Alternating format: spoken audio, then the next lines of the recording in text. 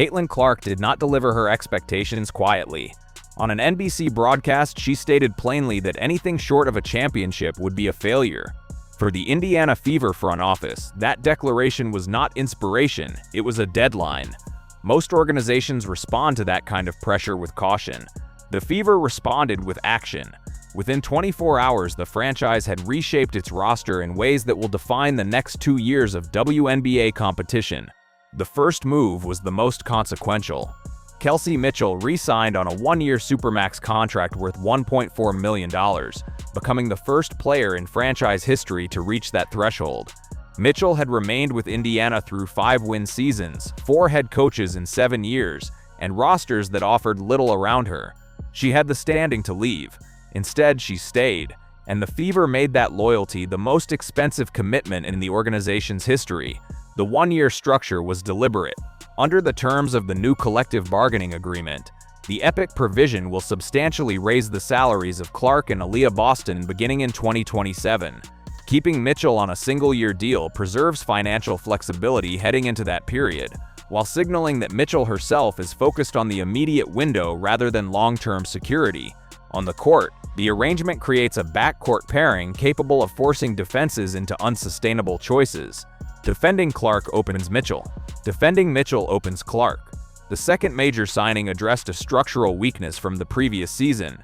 Indiana's frontcourt could not maintain the pace that Clark's style of play demands. Monique Billings, an unrestricted free agent also pursued by the Golden State Valkyries and the New York Liberty, signed with the Fever. Indiana offered a starting role and something neither competitor could manufacture, an existing on-court relationship. Billings and Clark played together with Team USA, and Billings was the most frequent recipient of Clark's no-look passes during that stretch. That familiarity does not develop in a preseason camp. At 6'4", Billings runs the floor, defends the post, and spaces the floor for perimeter shooters.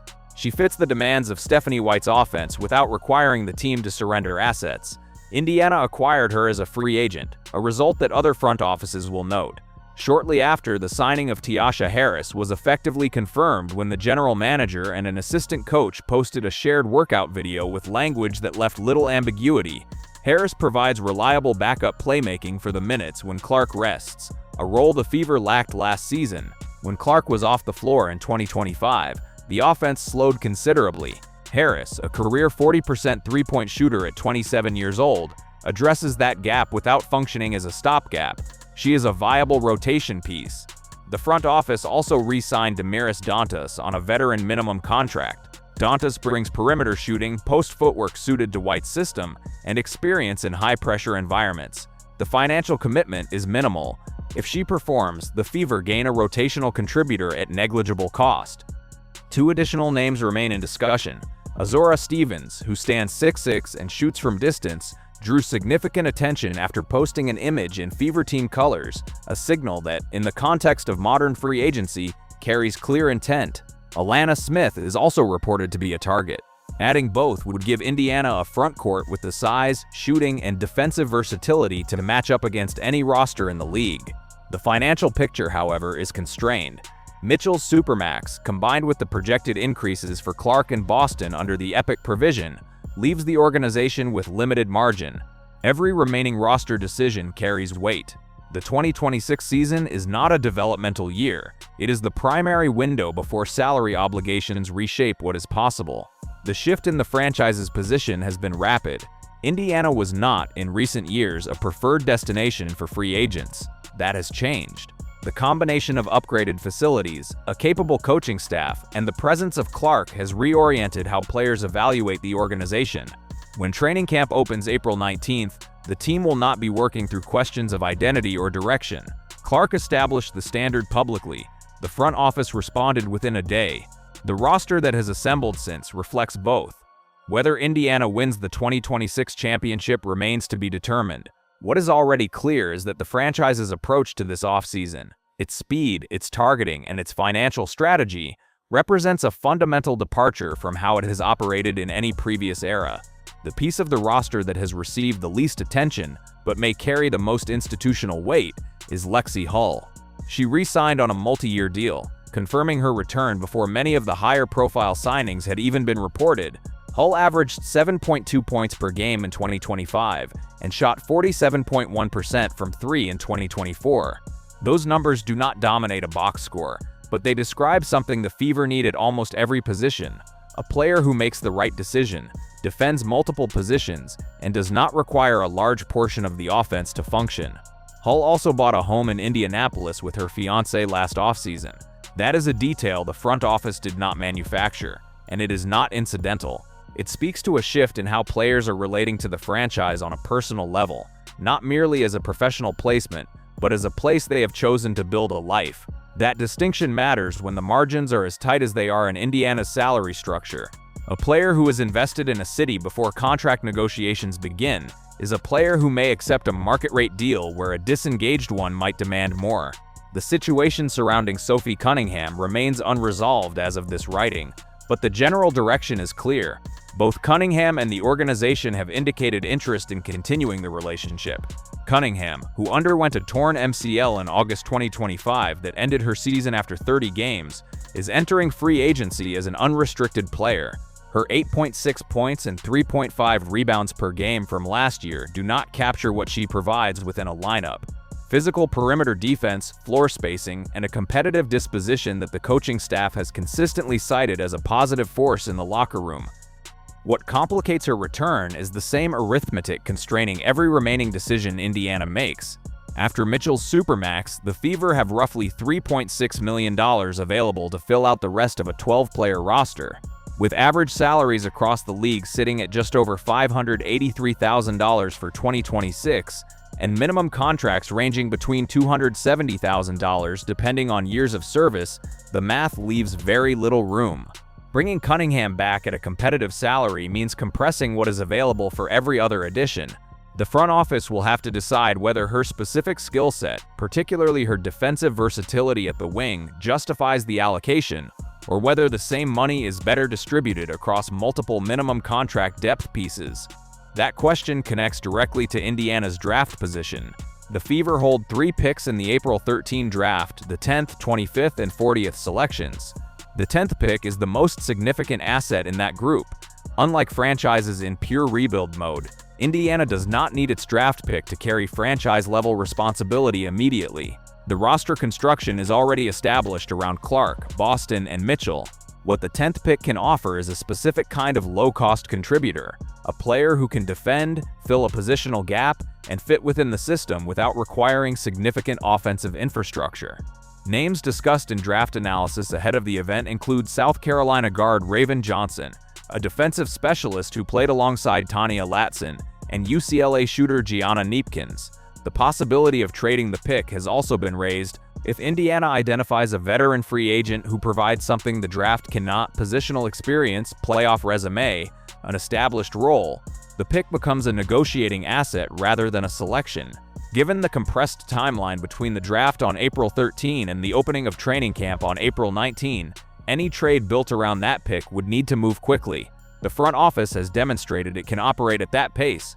Whether it chooses to do so with this particular asset depends on what the remaining free agent market looks like after the first wave clears. The position most frequently identified as a structural need, independent of the Billings signing, is center depth behind Aaliyah Boston. Boston averaged 15 points, 8.2 rebounds, and 3.7 assists in 2025, while making the All-Star roster for the 3rd consecutive season. She is the most complete two-way player on the roster, and in some analyses, the most indispensable. She is also in the final year of her rookie contract, with a 3-year max extension available to her under the Epic provision beginning at $1.19 million annually. Indiana has not publicly confirmed a long-term extension has been signed.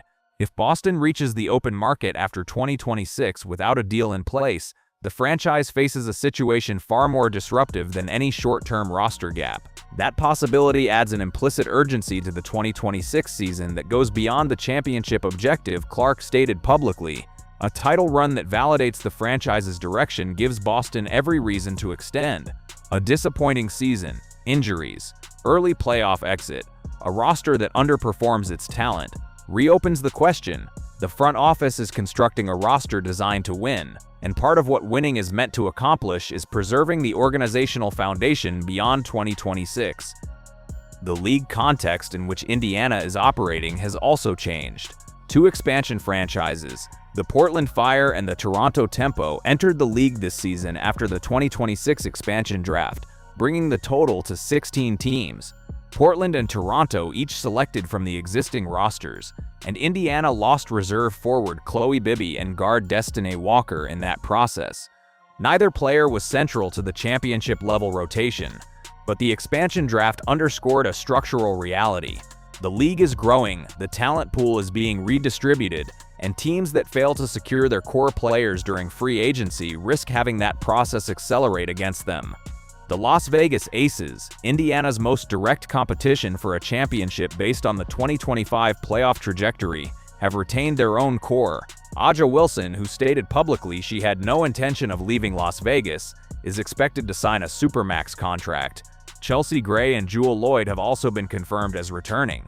The Aces won the 2025 championship, and they are rebuilding around the same nucleus that has made them the standard for sustained contention in the modern WNBA. For Indiana to surpass them in 2026, the margin for error is narrow. Clark's health is the most significant variable on the Fever's side. She played 13 games last season. In those 13 games, she averaged 16.5 points, 5.0 rebounds, and 8.5 assists. The question of what a full season looks like, one where Clark plays 40 games instead of 13, is the central unknown that neither the Fever's front office nor any outside observer can fully answer in advance. Stephanie White's offensive system is built for pace, and Clark is its primary engine. The additions of Billings, Harris, and Dantas are each calibrated to that framework. Billings runs the floor, Harris maintains possession when Clark rests, Dantas spaces the floor for cuts and handoffs. The system does not ask any of those players to create offense independently. It asks them to operate efficiently within structure that Clark controls. When that structure functions, the defense must account for three credible threats simultaneously: Clark's shooting and vision, Mitchell's scoring, and Boston's interior presence. No single coverage scheme neutralizes all three. The question of defensive identity is the one area where the current roster shape is less settled. Clark, by the numbers and by general acknowledgement, is not a primary defensive asset. The coaching staff has never positioned her as one. What the roster needs is enough defensive discipline at other positions to compensate players who can guard multiple positions, protect the paint without fouling, and contest without gambling. Billings addresses part of that requirement in the front court. Harris brings perimeter pressure as a backup guard. Hull, when healthy and engaged, provides wing defense that is consistently above average relative to her salary. Whether that aggregated defensive profile is sufficient against the Aces, the Minnesota Lynx, or a New York Liberty team that remains formidable despite roster changes, will not be known until the games are played. The season opens May 9 against the Dallas Wings at Gainbridge Fieldhouse. The Wings hold the first overall pick in the April 13 draft and are expected to select Paige Buchers, the most prominent prospect in the collegiate class.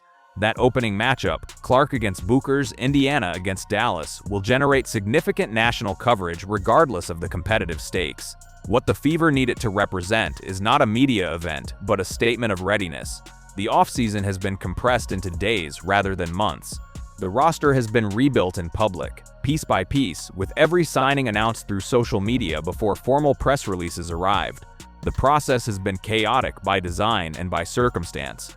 What remains is the part that cannot be manufactured through free agent signings or salary structure. A championship requires health, continuity, and execution under pressure, variables that front offices can position for but cannot guarantee. Indiana has positioned itself. The next determination belongs to the court.